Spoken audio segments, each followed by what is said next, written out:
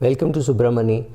I'm going to talk to you maybe over one or two videos about behavioral biases and how at what stage it impacts and what do you have to be worried about. So from my voice modulation, I hope to tell you which is green, which is amber, which is red, and which you have to be more alert. So first of all, what is the investment process that we talk about? Like suppose you are an investment consultant or a financial stroke investment consultant, and you deal with a lot of people. The first thing you would want to do is an asset inventory. What are the shares that you hold? Why did you buy them? Who advises you on these shares? Why did you buy these mutual funds? Who advised you? Did you buy it on your own? Have you been a DIY who is coming here? Right? So that kind of an asset inventory is first what you will do. Second, you will spend an inordinately long time. Like I say, asset inventory is so much time. You then spend so much time on objectives and goal setting. Now, objective and goal setting, the problem is many people know what they want, but what they don't want is something which the advisor should talk about. What I mean is, everybody knows that, I have to get my children educated, I have to get my children married. A typical Indian, at least, I do not know internationally.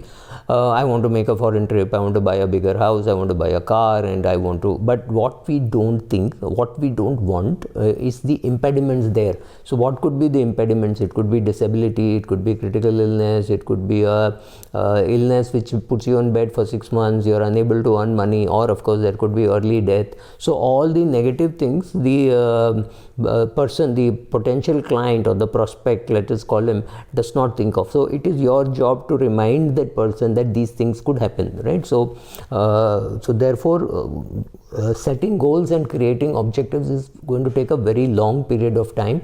Also, it is your job now at this stage to be able to say what is a realistic goal and what is not a realistic goal, because the money that you have is only for realistic goals. Unrealistic goals, they may not have enough money, or if he has enough money, he may be punching way below his weight. He may be earning 1 lakh rupees or 2 lakh rupees a month and maybe spending only 25,000. So there could be a big gap. A lot of money could be invested, or it could be he's earning 30,000 a month and spending 29,000, and there is absolutely very little for him to invest and save. And it is your job to make sure that this goes down or this goes up, and so some space is created for achieving those goals and objectives, right?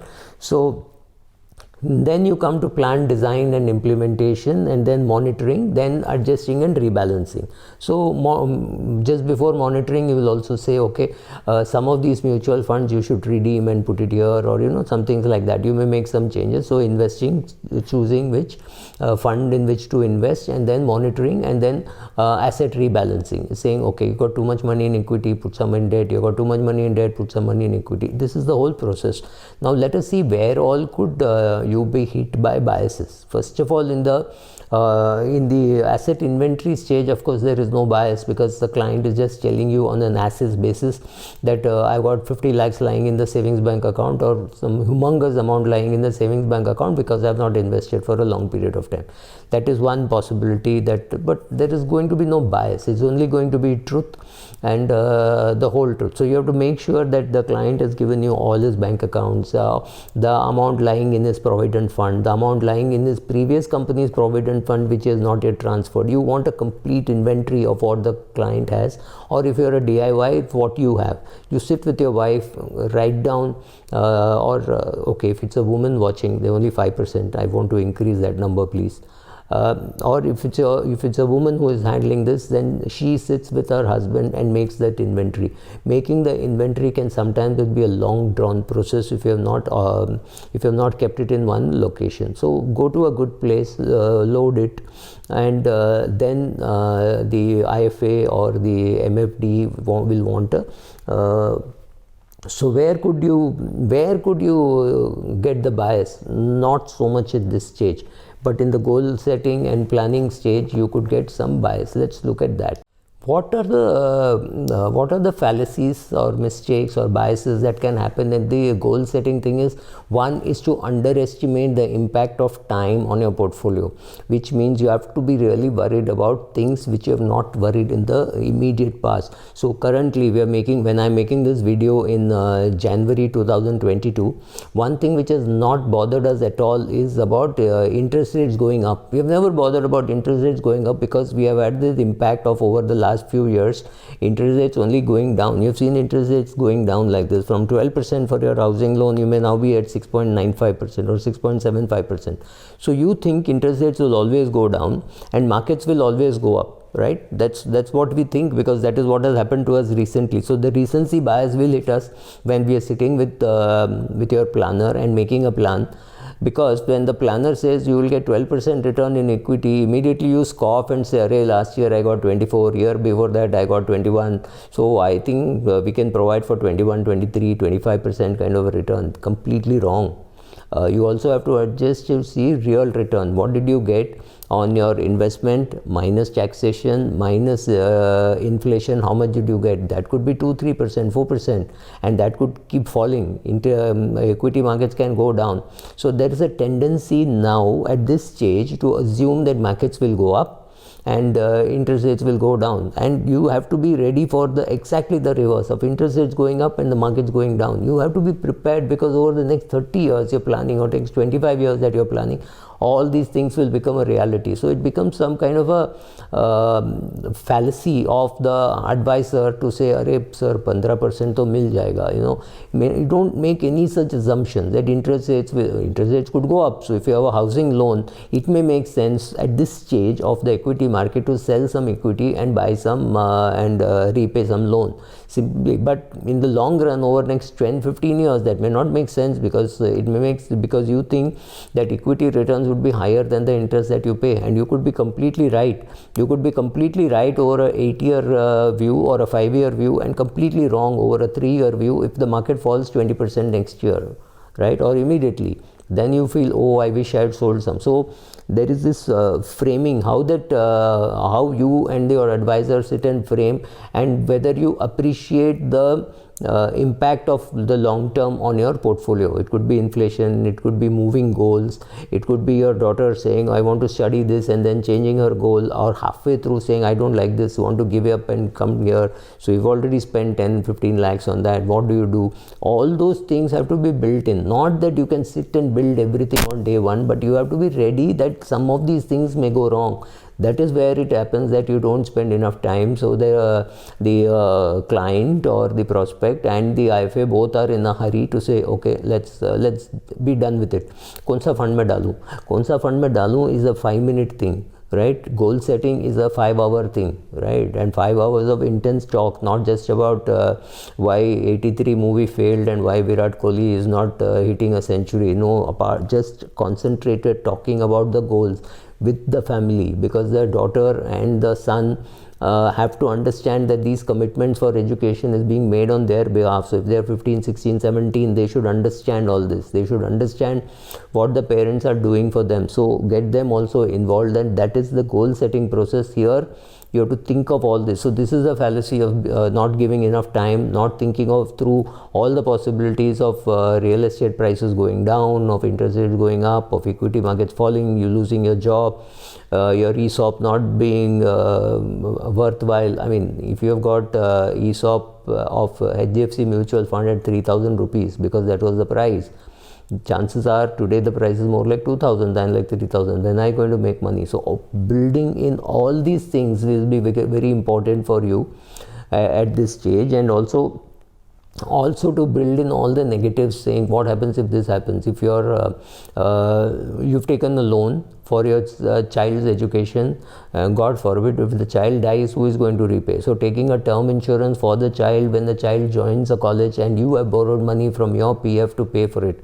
Sounds very morbid, but the question is, have you covered it? Have you covered the 30 lakh loan that you have taken? Have you taken a insurance on the kid? Because it's not on your life that it matters, it is on the kid. Maybe in your life, on your life also you take, because if something were to happen to you, how will your wife be able to repay that 30 lakh loan which you have borrowed. So you take a 30 lakh term cover for yourself and a 30 lakh term cover for your son or your daughter, whatever. So building all these, including the negatives, is very important at the planning stage or at the goal setting stage. Once the goal setting stage is over, then you go to stage 2, which is the implementation. So we will see what is the bias that could hit you there. So once you have set the goals and you've seen what could be the problems in that, you come to the next one, that is the plan design and implementation. Here again, with the prospect, you're going to sit, and suppose it's a prospect who is currently 80% in debt and 20% in equity. He's got adequate money, but the asset allocation is 80-20. And you find his goals are very realistic, provided he goes to something like 50-50 or say 60% in equity and 40% in debt. Getting the client to change, you're hit by the prospect theory, because he will say, no, I'm comfortable with this, this is what I have done so far, and etc. Now you are asking this person to move from debt to equity at a time when he is bombarded by people telling him market is overpriced, market is very high, market is likely to fall. He is being bombarded on one side saying, yes, you need to do asset allocation. Yes, that he knows, but he is now scared because he is also hearing these stories that the market is high. When you hear that the market is high, your second assumption is market will fall. You don't think if market is high, it can go higher. That is not available. You have this prospect theory that what I have done so far has worked for me. I am so much in debt, and this is good quality debt. I am in nice companies which are giving me 9.5%, 10% yield. It's again your bias saying this company has not defaulted. You are not saying this company won't default, but you are stuck with that kind of image. Now to break that and do your reallocation is not going to be very easy. It's not going to be very easy for the financial planner if he's sitting with the client and the client has got these huge biases. It's going to take him time, or it's going to take her time. She's going to say, why should I do it? Why should I take more risk? Because all over the world she has been bombarded by saying equity is risky, equity is risky, equity is risky. People don't understand that debt is very risky in the long run, equity is risky in the short run. Debt is very risky because if it does not match inflation, like for keeping your money in savings bank account, will absolutely protect it and completely screw it in terms of post-inflation, post-tax return, right? So you have to be careful about that. So, and then the immediacy bias. Immediacy bias is, oh, I'm going to get money at 6% or 6.5% or 7% for my housing needs, and my equity is growing at 18-20%. So it's perfectly fine because I have a home loan account that I withdraw more money from there and put that money also into equities. Or even worse, people saying, oh, I've got some 72 lakhs or 80 lakhs lying in my provident fund. Can I pull that out and put it here? Or the children taking charge and telling the parents, look, see what kind of fantastic returns I have got. So can we put your PF money into this? The father may not be prepared at all for this. So, right. So you have to worry about this prospect theory and the heuristics of immediacy. What has happened? The recency effect.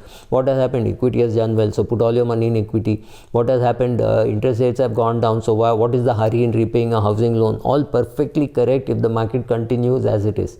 But market could change, interest rate could go up, and the equity market could come down. Then you'd feel, oh, I wish I had sold some equity and repaid the loan. After 3 years, you may find that equity market has actually given 24% return CAGR even from these high levels, and interest rates have stayed from between 7 to 8. It has not gone up. All these things happen, right? Exactly when you are writing off the equity markets, like 1996 to 2003, nothing happened. So you were working in the mutual fund industry, you just gave up and said, let me go somewhere else. There's nothing happening in this field. And 2003 to 2007, the market boomed. So market is called the great humiliator because of these things, right? So markets do things exactly opposite to what you think will happen. So you have to counter that and tell the client, sit with the client. You've spent a lot of time, maybe 5, 6, 7, 10 hours on the goal setting. Now you have come to the next stage, which is plan design and implementation. You have to fight these biases of immediacy. Immediately what has happened, or what is going to happen. So let's say from 2023 onwards, we are right now in 2022, right? From 2023 people will start asking, what if Modi doesn't come back? Will Modi come back? What if Modi retires? What if Modi resigns? Who will be the next prime minister? All these questions will start in 2023, and it has nothing to do with your investor of 2023 who is now investing for events which is going to happen maybe in 2053. Right? Let us say he's a 30-year-old or she's a 30-year-old girl. She's decided not to get married. So she in 2023, she's just 30, and she's going to retire in 2053. That is her only goal. She has to be worried only about that goal, but she will ask this question: what happens if Modi loses? Fantastic, you can get markets may crash and you will be able to buy more, or markets may go up. You never know. You can't guess what the market will do. India shining was great proof. People were sure that Vajpayee himself was very sure that he'll come back. He didn't come back. Markets fell. Market then went up again, saying, oh, now it's okay, UPA will do a good job. Well, all these things happen, political changes happen, which you should actually be ignoring because it's just noise. Over a 30-year period, you will see 2-3 prime ministers at least, right? Not every prime minister will be able to do 2 terms, 3 terms.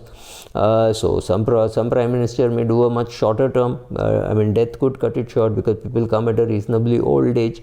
Or it could be just change, election and re-election, or the party might decide to change the candidate, saying, oh, we don't want this candidate, we want this candidate. Any of these things are possible and does not actually affect your investments over a long period of time. But that immediacy effect and what is going to happen, oh, UP election, let us wait for the UP election. So waiting, all these things could happen. So you have to be worried about implementation, the amount of time that you are willing to commit, the money that you are willing to commit to the asset class.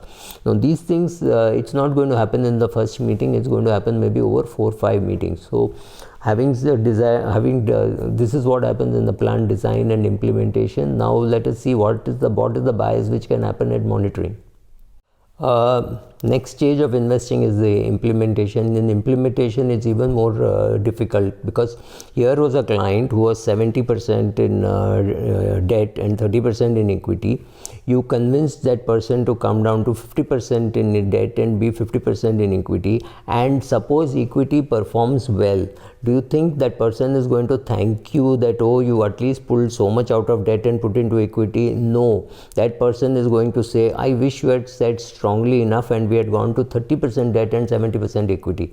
Look, it is the same person. He was talking very differently 3 years ago, but 3 years of bull run has changed him completely. Now he thinks everything is provident fund and house should be sold off and everything should be put in equity.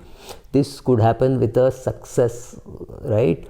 What happens if it's a failure? What happens if you told that person in 2022 that, well, markets are very high, I think you should remove some money from equity and put it in debt, and you're doing this review in 2024. Let's say the market has gone up 20% more from here, right? We never thought it would go up so much in 2020. It went in 2020 to 2021.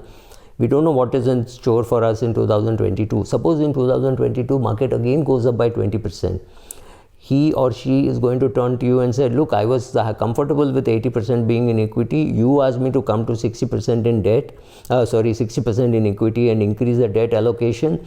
Debt returns are not there. The interest rates have not gone down. So I have not made any money in, you put it in a very safe mutual fund, which has given me 1% return per annum last year.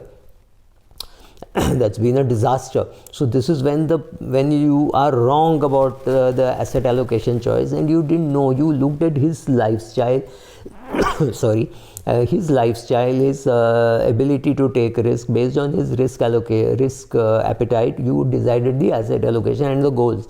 You decided the asset allocation and you were wrong. But you could not have predicted the short-term nature of the market. One of the most important things, and I've said it in almost all my videos, ignoring the short term is very important for you to be successful in the long term. So here is the person, and he is going to, or she is going to deal with investment biases, because what has immediately happened, because her neighbor or her friend or somebody has put money in a PMS which has given 92% return, and in her own portfolio in equity she has got 21%, and she had lesser allocated to equity than what she thought at that stage. She did not capture it. She did not make a investment philosophy statement. How are you going to handle these things? Here is the problem.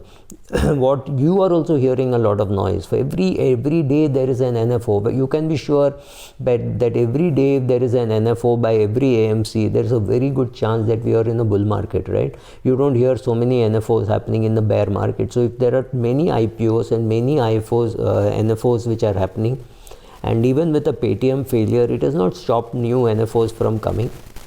You can be sure that you are in a bull run. I am not even saying because it is a bull run, markets will go down, but a bull run is normally followed by a bear run. Could it happen in 2022? Could it happen in 2023? Sure, be my guest. I don't know what could happen, right? So those kind of biases will hit you at the monitoring stage, and at the monitoring stage you also have to have tremendous discipline to say, look, equity market returns we expected were 12%, you got 60% return. There is absolute necessity to remove some money off the table from equity and put it into debt, because your portfolio has got biased. Removing money from a successful asset which is doing very well is a very, very, very important and a very, very, very, very difficult task, which a DIY will ignore. But a DIY does not have anybody to blame. But when a client who is advised by an advisor, when he suggests taking money off the equity table, it is going to be very difficult, especially if the market goes up from now. So market is, let's say, 60,000 on the Sensex. So let us assume that you have advised your client to remove money, your client removed money, and then the market goes to 65,000. He is bound to tell you, or she is bound to tell you, look, we could have waited for some more time before we removed. We need not have removed so much. We could have removed lesser, or we need not have removed at all. After 65, if the market comes down to say 55, which means you are right in the journey from 60 to 55, but the client is going to say, we could have waited, we could have removed at 65 and re-entered at 55. But at 55, the client is now not too keen to enter, because he or she is saying, wait, why re-enter at 55? I'm sure the market is going to go down, because they have seen a fall of, say, from 60 to 65, 65 to 55 is a 20% fall. So will they enter at that stage? So market timing is so impossible, and market timing, keeping your goals in mind, keeping the client's risk appetite in mind, is a nightmare. So what are the problems could happen? First is the prospect theory. My current thing is working, so why touch it? My current thing is not working, so let us make dramatic changes, including change of advisor. Any of these things are possible. So this is the problem with prospect theory. Then heuristics, which is availability bias, saying, okay, I think US market is going to do well. Indian IT companies are going to supply to them, so IT companies will do well. So let us stick to the large cap ITs. Well, fantastic, but it is the mid cap ITs which are doing, which outdo this. So then you feel, array, I got the sector right, but I got the companies wrong, right? Any of these things are possible, and you will know all this only later. So as long as the client is able to meet his goals or meet her goals, they should be happy. But it is not how how people will behave. So creating a portfolio which is more suited to the client's goals is more important than listening to the client's biases and getting carried away. It's your job to keep the client, encourage the client from investing more, encourage the client to invest more, to save more and invest more, and to cut the biases. It's a very, very difficult balancing task for advisors, and if it is DIY, it does not get done. I can assure you, for a DIY, it does not get done. One very disciplined person or 10 very disciplined persons is not here to prove the rule. Don't come on my comment column and say, I did it. Maybe you did it, maybe you're great, but you may not be able to do it at the next cycle. So that discipline to put into the system is very difficult at this stage, and now let us see what happens at the next stage. So you have done monitoring, and now you are reached the next stage of adjusting stroke rebalancing. Here is a client whose daughter wants to go abroad in 2025. The amount which you had earmarked in 2016 or 2017 has done very well in 2022. You need the say 35 lakhs or 40 lakhs in 2025. 35 lakhs required in 2025. That portfolio which was earmarked for her education has already reached something like 27-28 lakhs. You now sit with the client and say, look, 28 lakhs has to be removed from equity and put it, or equity debt, whatever combination it is in. Let us remove so much and put it away in a ultra short bond fund which will mature exactly 3 years later, and even assuming 4% return, which could perhaps become 4 or 5%, and a 10% tax, will be enough for your daughter to go abroad. Do you think the client understands the problem with same clarity with which you are speaking, or do you yourself understand with this clarity? The answer is no. It is very difficult, because the client will say, but equity markets are doing well, let us withdraw it in 2025. What is the hurry? Why should I remove it in 2022? And why are you asking me to put money in a debt? Look at the debt returns. I got 3% last year in ultra short. I got 1% in the banking and PSU fund. So why should I put money? But you like these bonds, you like these funds because you bought it for safety. When you buy it for safety, don't look for returns. If you buy it for returns, then don't worry too much about safety. So therefore you bought. So you're not done too well. But that does not mean you will not do well. Maybe you could put money in a gilt fund, and maybe interest rates will go down. Then you will get some appreciation. What happens when interest rates go up? Well, you will suffer some depreciation, right? Both these things will happen. So how do you handle this? Because this is very important at this stage of adjusting and rebalancing, because one is the client's age has increased, right? 2018 she sat and invested. Now at 2022 she's 4 years older, so her technically speaking the risk taking ability would have gone down. Here is the daughter's requirement in 2025. You're sitting here with adequate money, which will grow even at 4% or 5% is enough. It will become 35 lakhs. So the goal will be met, and the daughter still has exactly the same goal. That goal has not changed. You don't require more than 35 lakhs projected cost for 2025. It's a great time to be removing money from equity, putting it into a safer place like an ultra short bond fund or a short term income fund, or or in the worst case putting it in a bank deposit and saying, okay, let me pay the tax on that. I don't want to take even a little bit of fluctuation. I don't want to take any risk. So putting into 3 short term income funds, or 2 ultra short bond funds, 1 short term income fund, or something like that, little bit maybe in gold, and saying I will remove this in 2025. That's a great thing to do. But will the client be able to do it? No, because again the heuristic of anchoring will happen, saying, oh, this portfolio has done well, why can't I remove it in 2025? Great answer, great question. What happens if the market crashes in 2024? Will you tell your daughter, oh, you passed 12th standard, can you wait for 1 more year?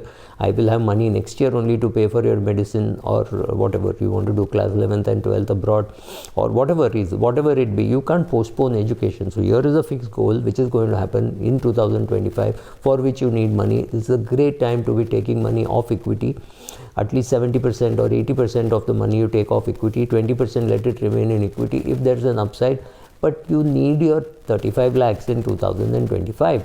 So you're saying, okay, I've removed something like 25 lakhs or 26 lakhs, and that will become 35. And little bit of money, let me keep into equity. In case it does well, it will add some tadka to the portfolio. If it doesn't do well, I still have enough money to pay for that. And the remaining money I will keep for my retirement and things like that, my fun and things like that. But thoda paisa I will remove, because this is a known fixed goal. Having said that, is it very easy? No. These are the biases which could hit you, and the client is fed by information saying, I think this is a great NFO which is coming, this is a great IPO which is coming, or some fund manager comes and says you should put money only in balance advantage fund or multi-asset fund. This is the market when you should not be taking the risk of putting money in only equity. That's fantastic. But what happens to a client who has just started investing and who's got 30 years to go? The balance advantage fund is a disaster for him, right? He should be able to sit in equity over long periods of time. But what happens if he is not able to sit in equity for long periods of time? Then BAF is good. BAF is trying to capture the biases which happen while investing, and therefore it is good for maybe 95% of the clientele. But if your clientele is in the 5% who is very happy to sit in equity over long periods of time, then BAF is not necessary, right? So the IFA, think of the IFA. The IFA is reading all this. He is also reading what the regulator is saying, what he can do, what he can't do. He is also, on one side, he has to earn money to run his family, and he has to deal with the client who is suffering from all these biases, and he himself is biased. He just come out of a Zoom meeting or with a fund manager who said why you should have to invest in Japan, in Taiwan, in Europe and in US, and because all the great companies are in Taiwan, so you have to invest in a foreign fund which does the allocation among fund houses, and it is very tax efficient. Among fund countries, and so it's very tax efficient. So you are stuck and you're wondering, should I put money there? Should I put in a developed market, or should I put in developing markets? Oh, I have a home country bias. Should I also put in China? Today, tomorrow, if there's a Pakistan fund, should I put money in Pakistan fund? Among all this confusion, you have to deal with a confused client who's got a very clear goal that this has to be achieved. So the client wanting to listen to you, chances are less. But shouting above all this noise and making the client do what is right and what is a must is far more important than telling the client what the client wants to hear. What does the client want to hear? He wants to hear, oh, markets will go up 25% next year, interest rates will go down, so don't repay your housing loans, put all that money into the equity market. That's what the client wants to hear, because that is the immediacy bias or the recency impact, right? And there is a thing of heuristics, then there is anchoring, saying, oh, this has worked for me. Breaking all that is important. So understanding why the client is talking like that, talking to the client about behavioral financing, sir, this is what is happening, so let us try to fight the bias. First is to understand that this is the bias and how we are fighting it. That's important. And one thing which you can definitely do is pick up articles on, pick up videos like this or articles on bias, and saying this is the bias which is being affected and this is the bias which we are going to fight. Or decide to go one day and talk only about biases and talk about reallocation of assets or tactical reallocation of assets on a completely different day, because on this day you're going more as an academician to explain things.